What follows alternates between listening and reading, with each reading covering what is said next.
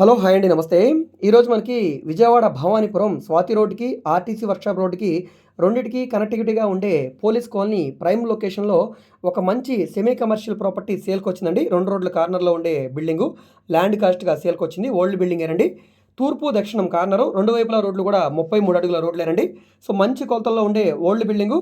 కొలతలు మనం చూసుకుంటే 35, 55 కొలతల్లో ఉండే 213 గజాల ఓల్డ్ బిల్డింగ్ అండి. అయితే ఈ బిల్డింగ్‌కి కొంచెం వీధిపోటు ఉంది కాబట్టి, ఆ వీధిపోటు కట్ చేసేసి మనకి బిల్డింగ్ అయితే ఇస్తా అన్నారు.